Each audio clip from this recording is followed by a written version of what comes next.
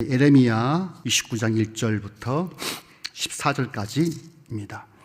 교독을 합시다. 선지자 예레미야가 예루살렘에서 이 같은 편지를 느부갓네살이 예루살렘에서 바빌론으로 옮겨간 포로 중 남아있는 장로들과 제사장들과 선지자들과 모든 백성에게 보내었는데, 때는 요고니아 왕과 국모와 환관들과 및 유다와 예루살렘 방백들과 목공들과 철공들이 예루살렘에서 떠나누라. 유다 왕 스디기야가 바빌론으로 보내어 바빌론 왕 느부갓네살에게로 가게 한 사반의 아들 엘라사와 힐기야의 아들 그마랴의 손자에 위탁하였더라. 일러스되, 만군의 여호와 이스라엘 하나님, 네가 예루살렘에서 바빌론으로 모든 포로에 이같이 이르노라. 너희는 집을 짓고 거기 거하며 천원을 만들고 그 열매를 먹으라. 아내를 취하여 자녀를 생산하며 너희 아들로 아내를 취하며 너희 딸로 남편을 맞아 그들로 자녀를 생산하게 하며 너희도 거기서 번성하고 세전하지 않게 하라. 너희는 내가 사로잡혀 가게 한 그 성읍에 평안하기를 힘쓰고 유하여 여호와께 기도하라. 이는 그 성이 평안함으로 너희도 평안할 것임이니라.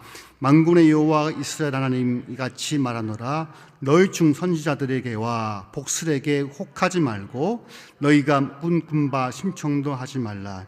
내가 그들을 보내지 아니하였어도 그들이 내 이름으로 거짓을 예언함이니라. 여호와의 말이니라.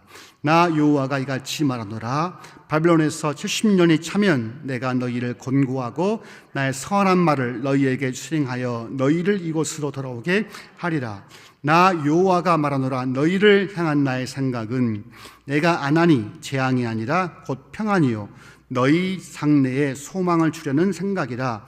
너희는 내게 부르짖으며 와서 내게 기도하면 내가 너희를 들을 것이요 너희가 전심으로 나를 찾으면 나를 만나리라. 나 여호와가 말하노라. 내가 너희에게 만나주겠고 너희를 포로된 중에서 다시 돌아오게 하되 내가 쫓아보내었던 열방과 모든 곳에서 모아 사로잡혀 떠나게 하던 본 곳으로 돌아오게 하리라. 여호와의 말이니라 하셨느니라. 아멘.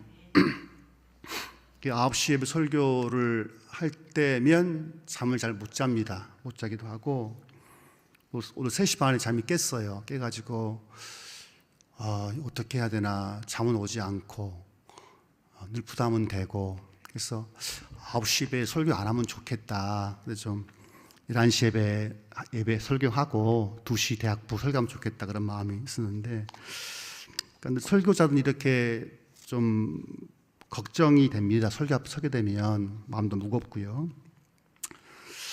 그렇습니다. 그렇다고요. 그러니까 이제 요즘에 제가 이제 성경 말씀 얼마나 귀한지를 절감하게 되고 있어요. 왜냐면 제가 워낙에 책을 좋아하다 보니까 철학, 혹은 역사, 경제, 자연과학 책을 워낙 많이 보다 보니까, 근데 요즘 들어 갑자기 그런 마음이 들어요. 성경만큼 중요한 게 또 있을까? 그래서 성경을 다시 좀 봐야겠다, 그런 마음이 많이 듣게 되고, 성경을 알면 알수록 하나 알게 된 것은 내가 성경을 너무 모르고 있구나, 그 생각이 너무 마음이 와닿고요. 그렇습니다. 우리 한번 방송실 말씀 한번 띄워주시면 좋겠습니다. 디모데후서. 자, 우리 같이 읽어볼까요? 시작. 또 내가 어려서부터 성경을 알았나니 성경은 능히 너로 하여금 그리스도 예수 안에 있는 믿음으로 말미암아 구원에 이르는 지혜가 있게 하느니라. 모든 성경은 하나님의 감동으로 된 것으로 교훈과 책망과 바르게 함과 의로 교육하기에 유익하니 이는 하나님의 사람으로 온전케 하고 모든 선한 일을 행하기에 온전케 하려 함이라. 아멘이십니까? 예. 그러니까 성경은 뭐냐면 능히 너로 하여금 그리스도 예수 안에 있는 믿음으로 말미암아 구원에 이르게 하는 책이라는 거예요. 얼마나 중요해요. 그리고 이 성경은 감동으로 됐고 교훈하고 책망하고 바르게 하고 의로 교육하기에 아주 유익하대요. 그리고 온전케 하고 모든 선한 일을 행하기에 온전케 한다는 거예요. 성경은요. 근데 이게 구약이에요, 신약이에요? 이 성경 말할 때는 구약이에요. 지금 바울이 디모데에게 편지를 쓰면서 성경을 언급할 때 이건 신약이 아니에요. 왜? 그때는 신약 성경이 아직 없었단 말이에요. 그러니까 지금 이 신약 성경에서 언급된 성경 하게 되면 구약이에요, 신약이에요? 구약이에요. 왜냐하면 신약은 바울 서신 같은 경우가 주 48년부터 64년까지 딱 완결이 됩니다. 그리고 복음서는 마가복음이 주 70년경 기록되어 있거든요. 요한복음 90년경이에요. 쉽게 말하면 신약 성경이 최초로 기록된 것은 주후 50년경 어간이란 말이에요. 지금 초기 교회가 성경을 봤을 때 그 성경은 구약의 신약이 그러면 구약인 거예요. 초기 교인들은 결단코 신약 성경으로 예수의 부활을 그의 메시아됨을 증거하지 않았습니다. 초기 교회는 완벽하게 헬라어로 기록된 성경을 가지고 예수의 메시아됨과 그의 죽음과 부활을 논증했거든요. 아볼로라는 인물이 이렇게 말해요. 아볼로가 알렉산드리아에서 난 아볼로가 한 유대인이 에베소에 이르니 이 사람 학문이 많고 성경에 능한 자라. 성경이 구약의 신약이에요? 구약이에요. 뭐라 하냐면 이는 성경으로서 예수는 그리스도라고 증거하고 공중 앞에서 유력하게 유대인의 말을 이깁니다라. 성경이 구약의 신약이에요? 구약이에요. 예수님도 바울도 아볼로도 봤던 성경은 신약이 아니에요. 구약 성경이에요. 근데 그 구약 성경이 예수 안에 능히 너희를 구원에 이르게 하는 지혜가 있다는 거예요. 그 구약 성경이 능히 너로 하여금 온전케 한다는 거예요. 그럼 우리는 구약 신약 성경 중에 어떤 걸 더 많이 봐야 될 것 같아요? 또 헷갈리죠? 구약 성경만 가지고도 초기 교회는 위대한 부흥을 일궈냈어요. 그리고 수많은 사도들이 구약 성경을 가지고도 예수 메시아임을 증거했다니까요. 이 구약 성경은 주로 성부, 성자, 성령 중에서 누가 주로 활동하셨습니까? 구약에는 성부가. 왜? 성자는 성육신을 하지 않았어요. 성령은 아직 나오지를 않았어요. 주로 구약은 뭐냐면 성부 하나님이 어떤 분인지, 그분의 이름이 뭔지, 그분의 본성이 어떠한지, 그분의 성품이 어떠한지, 그분의 계획이 어떤 건지를 기록하고 있다고요. 구약을 홀대하면 절대 안 됩니다. 구약 성경에는 이 성부 하나님의 그분의 계획, 그분의 자기 백성을 향한 그분의 마음, 뜨거운 마음, 열정 녹아 있거든요. 오늘 본문은 구약을 택해봤어요. 오늘 보시면 우리 다시 한번 본문 한번 띄워주시면 좋겠는데 1절부터 3절까지는 역사적 기록이에요. 3절부터 4절부터 마지막까지는 편지 내용이고 1절부터 3절까지는 역사적 사건의 기록이에요. 보시면 에레미야가 예루살렘에서, 에레미야는 어디 있습니까? 바벨론, 예루살렘. 어디 있어요? 자, 에레미야는 지금 편지를 쓰고 있는데 어디 있을까요? 1번 바벨론, 2번 예루살렘. 어디? 예루살렘에 있어요. 지금 아직 에레미야는 예루살렘에 남아있어요. 남아있는데 바벨론 포로로 끌려간 사람들에게 편지를 쓴 거예요. 뭐라 했냐면 이 같은 편지를 느부갓네살이 예루살렘에서 바벨론으로 옮겨간 포로 중 남아있는 누구들? 장로, 제사장, 선지자들과 모든 백성에게 보냈는데, 그러니까 에레미야라는 예언자가 예루살렘에서 있으면서 바벨론으로 끌려갔던 주전 597년에 끌려갔던 이들에게 편지를 쓰는 거예요. 그 다음에 2절 같이 합독 시작. 때는 요고니아 왕과 국모와 환관들과 및 유다와 예루살렘 방백들과 목공들과 철공들이 예루살렘으로 떠난 후라. 오케이. 그러니까 지금 이제 바벨론이란 제국, 특히 그 당시에 계몽군주였던 느부갓네살이 침략해서 누구를 포로로 잡아갔냐면 누구? 요고니아, 요아킨이 누구냐면 요아킴의 아들이에요. 자, 다시 요아킨의 아버지가 누구예요? 요아킴의 아버지가 누구일까요? 세 글자, 요시야예요. 알겠죠? 그러니까 요아킨은 요아킴의 아들이고 요아킴의 아버지는 누구예요? 요시야예요. 근데 요시야가 죽음을 당해요. 그 당시에 예루살렘 밑에 있던 이 이집트의 제국이었던 바로 누고 2세가 아스루와 동맹을 맺어가지고 바벨론과 싸우기 위해서 올라오고 있는데 요시야 왕, 계몽군주였던 요시야가 길을 막고 안 비켜줘요. 이때 요시야 왕과 바로 누고가 전쟁에 무깃돌한 지역에서 싸워요. 누가 이겼을까요? 1번 요시야, 2번 바로 누고. 그렇죠. 야, 역시 우리 성락교인들이죠. 바로 누고가 요시야를 이끌었던 군인들을 다 무찌르고 요시야 왕이 죽어요. 그때 좀 안타깝죠.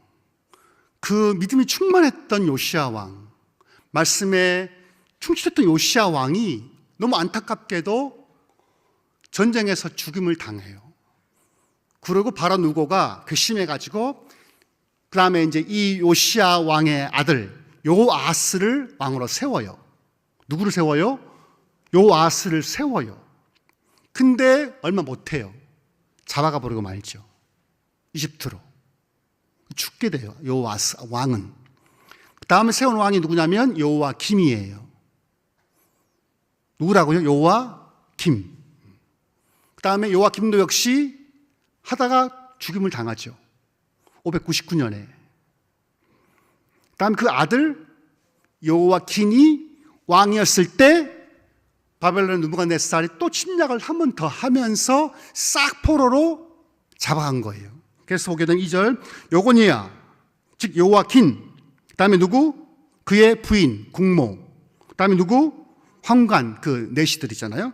그리고 유다와 예루살렘 방백들, 고위 관료들, 소위 말하는 지식인들을 데리고 갔죠. 그 다음에 목공들과 누구? 철공. 이 당시 이것이 최첨단 기술자였거든요. 이 당시에는. 그러니까 바벨론 제국은요, 다른 나라를 지배한 다음 포로로 끌려간 사람들은 주로 엘리트만 끌어간 거예요. 왕족들, 귀족들, 기술자들만 끌고 갔어요.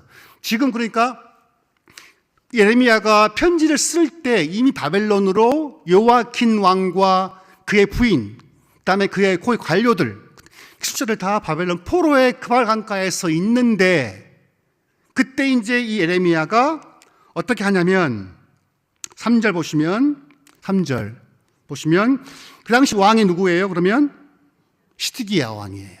그러니까 요시야 왕의 또 한 명의 아들이 있죠.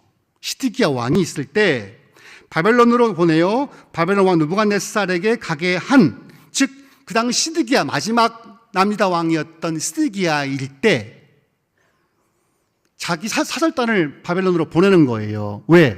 좀 봐달라고. 할 때 함께 동석했던 누구? 사반의 아들 누구? 엘라사와 힐기야의 아들 그말의 손에 편지를 준 거예요. 뭐 하라고? 편지를 읽어주라고. 누구한테? 바벨론 포로로 있는 사람들한테. 알겠죠? 대략 이제 이해되시죠? 반응을 주세요. 오케이. 그러니까 지금 예레미야는 예루살렘에 있으면서 597년에 바벨론 포로로 끌려갔던 왕과 방백들, 그리고 고위 관료들, 백성들에게 하나님의 계획을, 그분의 생각과 마음을 글로 써서 편지를 보낸 거예요. 이 당시 편지 쓸 때 어떻게 썼을까요? 편지는 주로 어디다가? 양피지예요, 양피지. 양을 잡아서 피를 싹 빼고 말려요. 한 마리를 잡으면 이 정도 되겠지. 한 마리 잡게 되면. 왜 글 쓰는 게 쉬워요, 어려워요? 어려워요.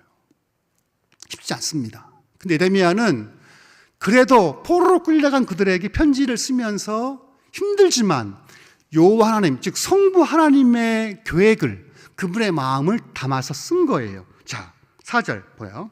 내용이 이렇습니다. 이르시되 만군의 여호와 이스라엘 하나님이 내가 예루살렘에서 바벨론으로 사로잡혀 가게 한 모든 포로에게 같이 이루노라 했다고요. 기가 막혀요. 바벨론으로 사로잡혀 가게 한, 즉 당신의 백성을 눈에 넣어도 아프지 않는 당신의 백성을 포로로 보내게 한 다음에 편지를 쓴 거예요. 내용은 이렇습니다. 5절. 자, 같이 읽어볼까요? 시작. 너희는 집을 짓고 거기 거하며 전원을 만들고 그 열매를 먹으라. 이 말은 무슨 말이냐면 너희는 다시 고향으로 본토로 돌아올 마음을 먹지 말라. 너희를 지배했던 그 제국의 나라에서 식민지 등 백성들로 살 때 빨리 돌아올 계획하지 마. 내 계획은 있잖아. 너희들 빨리 바벨론 포로로 계속 끌려온 곳이 아니야. 그러니까 너희들은 아예 그곳에 정착할 마음을 갖고 집을 져. 그 다음에 거기 거해. 그리고 전원을 만들고 열매를 먹어라. 뭐에 농사를 지으라는 거예요. 그 나라가 비록 그 나라가 이방신을 섬겼던 마르독이라는 이상한 신 섬겼던 제국이었지만 너희는 다시는 돌아올 마음 먹지 말고 거기서 집을 짓고 밭을 일궈서 잘 살아야 된다. 부탁인 거예요. 두 번째 6절. 아내를 취하여 자녀를 생산하며. 근데 너희는 아내를 결혼해. 아들도 아내를 취해서 결혼해. 또 딸도 남편을 찾아 그들로 자녀를 생산하게 할 것이라. 너희로 거기서 번성하고 표준하게 함께 하라. 뭐 하는 거예요? 너희 아내와 행복하게 즐기면서 아이를 낳고, 너희 아들, 딸들 있잖아. 얼마만 먹지 마. 그냥 거기서 살아. 애 낳고 결혼하고 살아. 7절. 세 번째 부탁이에요. 너희는 내가 사로잡혀 가게 한 그 성읍에 평안하기를 힘쓰고 위하여 여호와께 기도하라. 이는 그 성이 평안함으로 너희도 평안할 것입니다. 지금 하나님은 유배로 포로로 끌려갔던 자기 백성들을 향해서 말하기를 너희는 바벨론 제국이 멸망하도록 기도하라? 하지 마라. 비록 너희를 지배했던 바벨로니아 제국이었지만 마르독이라는 우상을 숭배한 나라였지만 너희는 그 땅에 있을 동안에 그 나라가 망하기를 그 왕이 죽게 기도하지 말고 평안하기를 힘쓰라는 거예요. 즉 바벨론 제국에서 그 시스템을 인정을 하라는 거예요. 그래야 너희가 평안함으로 너희도 평안하기를 할 수 있다는 거거든요. 좀 이상하지 않아요? 우상 숭배하는 나라였는데 자기 민족을 죽였던 수십만 명의 백성을 죽였던 그 나라를 위해서 기도하라. 거기서 충분히 먹고 마시라. 아이를 낳고 잘 살아라. 그래서 너희 민족이 결코 줄지 않도록 계속 아이를 낳아라 하는 거예요. 다음 부탁인데 그것은 8절이에요. 봅시다. 만군의 여호와 하나님이 같이 말하노라. 너희 중에 선지자들에게와 복술에게 혹하지 말고 너희가 꿈도 신청하지 말라 이거예요. 거짓 목사가 있을까요, 없을까요? 다른 기름 부으시지 않아요. 그러니까 이때나 지금이나 거짓 목사가 있습니다. 그들은 뭘 하냐? 여호와 이름으로 예언을 해요. 내 그들을 보내지 아니하였어도 그들은 내 이름으로 거짓 예언을 한다는 거예요. 지금도 이때도 마찬가지예요. 즉 그 당시에 바벨론 끌려갔던 예언자들 중에서도 이런 사람이 있었어요.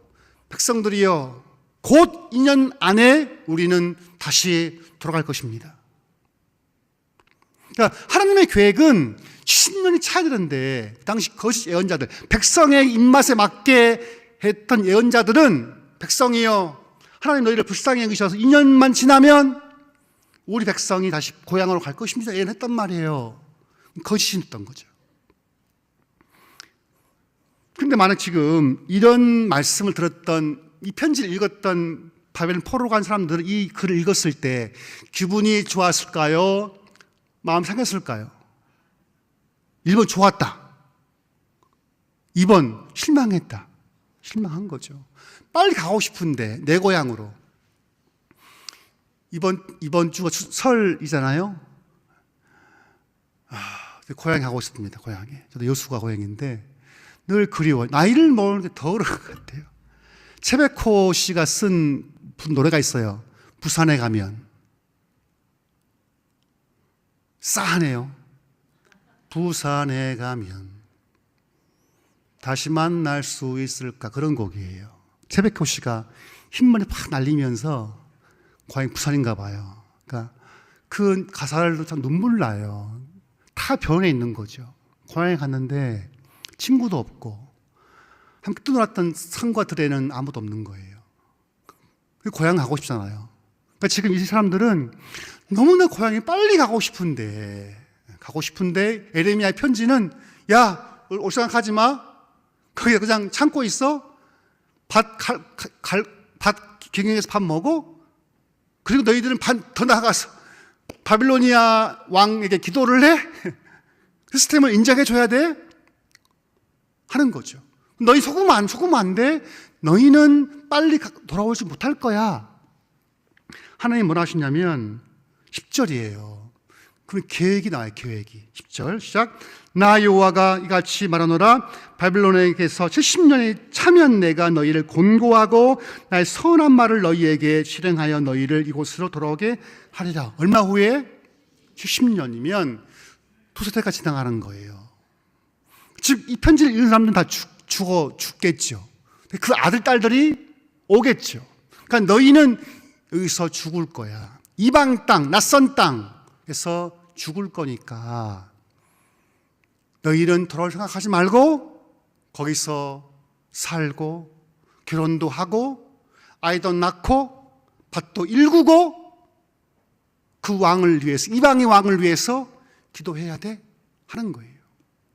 여러분, 대통령 자리가 복잡하죠. 근데 그 자리가 통합형으로 가야지. 특정한 세력을 지지해버리면 그 나라가 어떻게 돼요? 쪼개지는 거예요. 그러니까 우리 신앙인들 대통령을 볼 때 신앙의 눈을 보면 돼요, 안 돼요? 안 돼요. 그분은, 그 대통령은 통치자이기 때문에 전체를 다 통합해 가야 되는 거예요. 그러니까 우리는 기도할 때 그 대통령의 신앙이 있든 없든 기도를 해야 해요. 왜? 평안할 수 있으니까. 하나님 뭐라 하시냐면, 너희들 있잖아, 내가 70년 동안 너희를 바벨론에 있게 할 거야. 뭘 생각하지 마. 얼마나 절망적이겠어요. 에레미야가 소망의 편지, 곧 너희들이 바벨론이 망할 거야, 돌아올 거야, 그러니까 너희들 빨리 돌아올 준비하고 있어야 돼 라고 쓴 게 아니라 70년이 차야 될 거야. 그때 내가 너희를 곤고하고 너희를 위로하고 나의 선한 말을 너희에게 실행하여 너희를 이곳으로 돌아오게 할 거야. 그러니 그냥 살아. 11절. 나 여호와가 말하노라. 너희를 향한 나의 생각은 내가 안하니 재앙이 아니라 곧 평안이요 너희 장래와 소망을 주려는 생각이다. 그러니까 우리 하나님은 생각을 하신대요. 생각을. 그분은 그냥 이렇게 가만히 있는 게 아니라 생각을 한대요. 또 그분 자기 생각이 어떤 것이 안 돼요. 그게 뭐냐면, 내 백성 이스라엘 향한 내 마음이 뭔지 아니? 내 마음을 내가 알아. 뭐냐면 재앙이 아니라 샬롬, 평안이야. 너희의 미래와 소망을 주려는 거야. 뭐가? 70년간 거기에서 살고 버티는 것이. 우리는 이럴 때가 있죠. 하나님, 언제 개혁이 이루어지는 거예요? 하나님, 이 고통스러운 상황. 저번 주에 K2 재판에 갔다 왔었는데 기회가 돼가지고 2심 마지막 증인 신문인데요. 똑같아요. 법원 4층 입구에 또 젊은 사람들 딱 도열해가지고 조폭처럼 딱 있는. 아, 진짜 안 변하는구나. 저 사람 정말 안 변하는구나. 무서운가 봐요. 그 사람이. 농담이 아니에요. 법원 4층 입구도 아니에요. 4층 그 재판장, 재판석 그 입구에 쫙 젊은 것들 서 있는 거. 젊은 20대, 30대 아이들이. 야, 정말 안 변하는구나. 보고 왔거든요. 2월 17일 날 2심 선고합니다. 내가 뭐 말하려고 이랬죠? 그러니까, 막 그 거짓말을 하는데 진짜 막 내가 그 보고 있는데 내가 그거 아니에요. 막 말하고 싶은 말 막 굴뚝굴뚝 있는 거예요. 그거 아니에요. 내가 그거 같이 해봤어요. 근데 할 수는 없는 거니까. 기회를 안 주니까, 재판장님. 우리는 그럴 때가 많죠. 언제 개혁되게 하실 거예요, 하나님? 근데 하나님 계획이 있을까요, 없을까요? 하나님이 우리를 향한 계획이 있어요. 이렇게 할까요? 만약 하나님이 우리에게 편지를 쓴다면, 개혁교회 성도들아, 너희를 향한 내 생각을 내가 안다. 내가 너희를 향한 내 생각은 뭐냐면 재앙이 아니야, 핍박이 아니야, 환난이 아니야, 고통이 아니야. 그럼 뭔지 아니? 너를 향한 평안이야. 너희에게 뭘 줘요? 미래와 소망을 주려 하는 거야. 그분의 계획은. 그러니까 하나님이 당신의 백성을 향한 그 마음이 재앙이 아니라 평안이고 미래와 소망을 주려 하는 거야. 12절. 그러니 너희는, 이게 중요한 거예요. 너희는 내게 어떻게 해요? 부르짖고 와서 내게 기도하면 내가 너희를 들을 것이요, 너희가 전심으로 온 마음으로 나를 찾으면 나를 만나리라. 그러니까 너희 향한 내 마음은 재앙이 아니야, 샬롬이야. 미래 소망을 주는 거야. 근데 이것이 운명이 아니야. 운명이 아니, 그게 되는 게 아니니까 너희는 뭐 해야 되는지 아니? 너희는 내가 와서 부르짖어. 그리고 기도하면 내가 너희를 들어줄 거고, 너희가 전심으로 나를 찾으면 나를 만나겠다.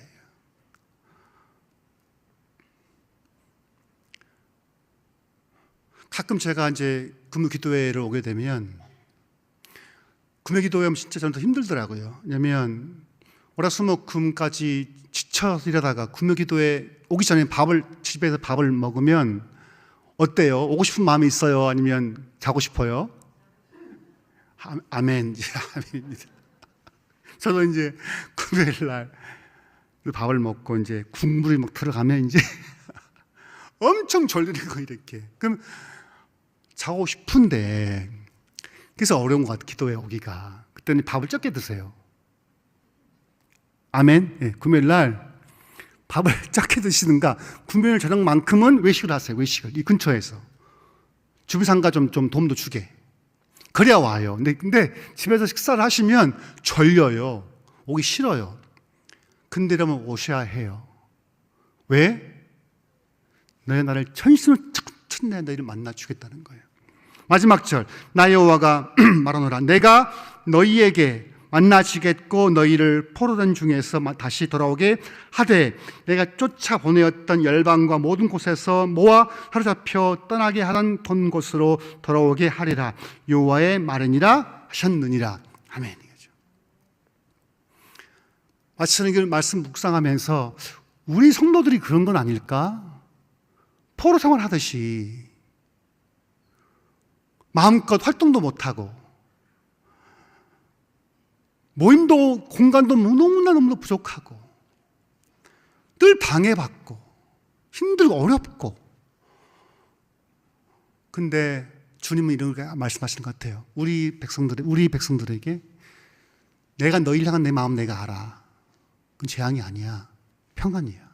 그리고 장래와 소망할 줄 아는 거야. 그러니까 너희는 뭐 해든지 아니? 너희는 나한테 와서 부르짖어 봐. 그리고 온 힘을 다해서 찾아봐. 내가 너희를 만나 줄게. 마지막입니다. 우리가 기도가 간절할 때 언제 간절해집니까? 평안할 때?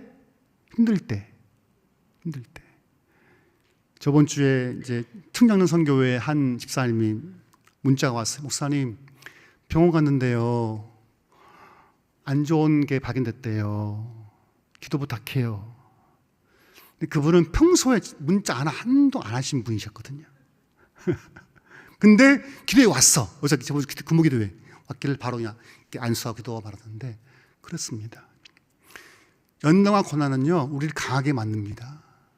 반대로 평안과 안락한 삶, 우리를 병들게 해요.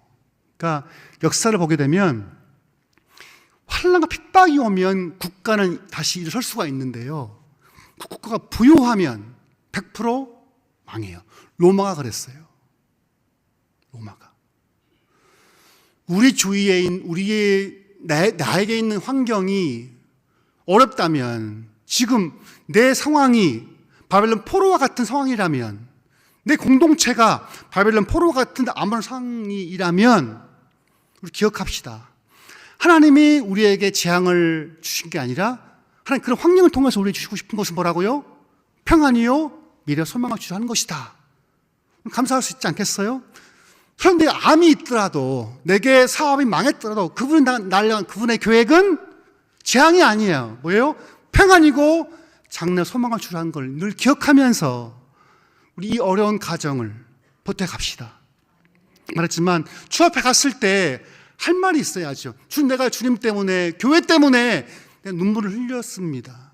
고통당했습니다. 난 버텨왔어요, 주님. 이렇게 할 말이 있도록 했으면 좋겠습니다. 기도합시다. 기도하실 때, 하나님, 내 이성으로는 지금 환경이 이해 안 되고 답답하고 어렵지만 당신이 향한 내 생각은 내가 안 하니 재앙이 아니라 평안이요 장래와 소망을 주려 하겠다고 말씀을 들었사오니 주님, 내가 이 환경들을 이길 수 있는 마음을 달라고, 아버지의 마음을 알 수 있는 지혜를 달라고 다 같이 기도합시다. 하나님 아버지,